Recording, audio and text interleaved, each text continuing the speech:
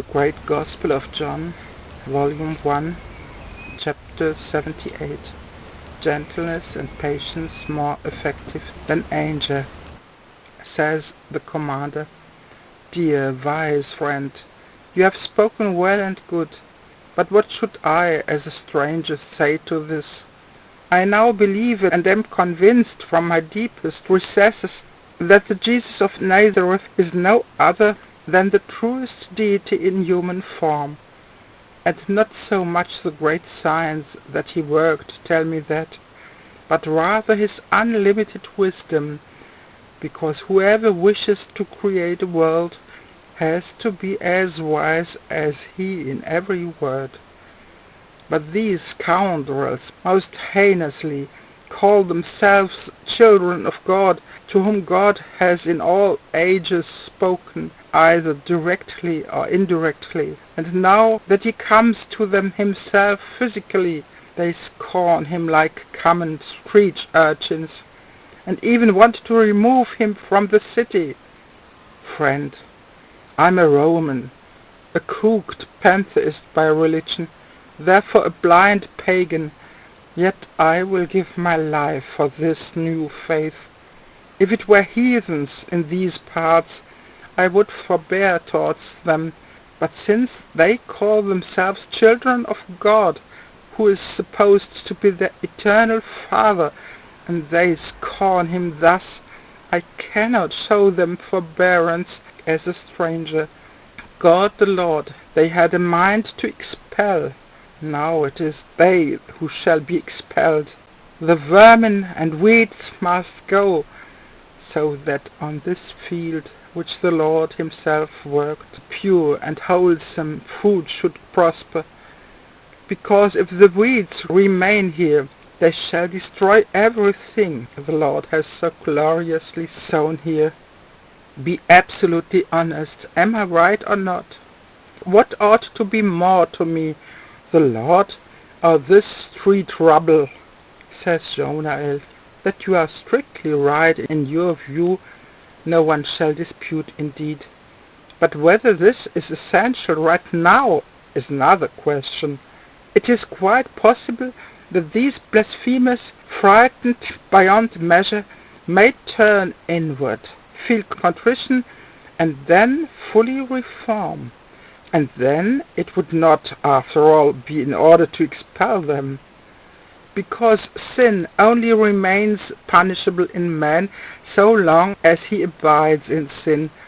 But once man fully abandons sin and moves within the order established by God, then sin and its punishment has nothing further to do with man, but to punish a reformed man, because formerly he had on one or more occasions sinned out of blind foolishness or weakness, should be the crown of folly, unworthy of a true human and all divine order.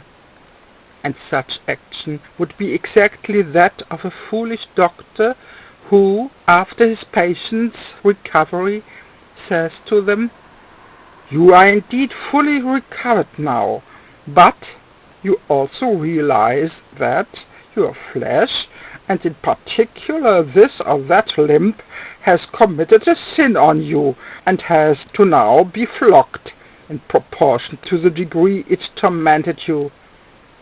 When those who were healed then start to punish the body which had been healed with all kinds of torments, or if they are violently tortured, what shall become of their healing? Well, they shall get 10 times more sick than they were before. Then the question is, of what use was such wrongly timed paining of the flesh? Is not the healing process an already sufficient punishment of the flesh? Why such after torment, which makes the healthy flesh sick again? But if such treatment is already exceedingly foolish physically, how much more on the spiritual man, mercilessly carried out? It is our responsibility indeed to, in a brotherly fashion, remind those men of the dangers of sinning, who had sinned and then reformed, but to also at the same time strengthen and support them in their reformed state with every means at our disposal, so that they would not suffer rebonding to sin, but to call them to account and punish them in their reformed state would be nothing short of dragging the reformed sinners back into tenfold sinfulness. And here it can be asked whether such dealing would not be 100 times more punishable by God than the former sin committed by the offender. Believe me, the punishment which every sin carries with it already is a medicine against the soul ailment called sin. But once this ailment is alleviated through the inlaid medicine, why more medicine without more ailment? Says the chief, as a preventative against further outbreaks of the illness, says Jonel. Yes, preventatives are essential indeed, but they must be of a fortifying and strengthening nature, as stated, and not of a weakening or even killing nature. Anger shall not be assuaged by anger, but only through love, gentleness and patience. If someone is on fire, then water and not boiling pitch or molten ore is to be poured over him. If someone breaks a leg, then let him be carried and have his leg set and bound, so that his break can mend, but not bludgeon him with truncheons for having walked so clumsily as to break his leg.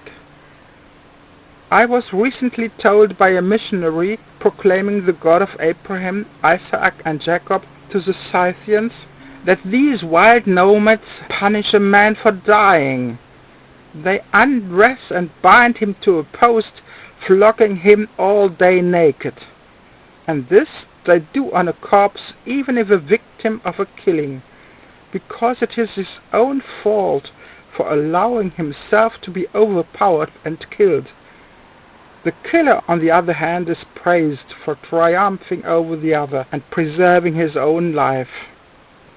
As stupid as this may sound, it resembles ourselves if in one way or another we want to make still more dead someone who through sin, a real sickness of the soul, is already spiritually dead.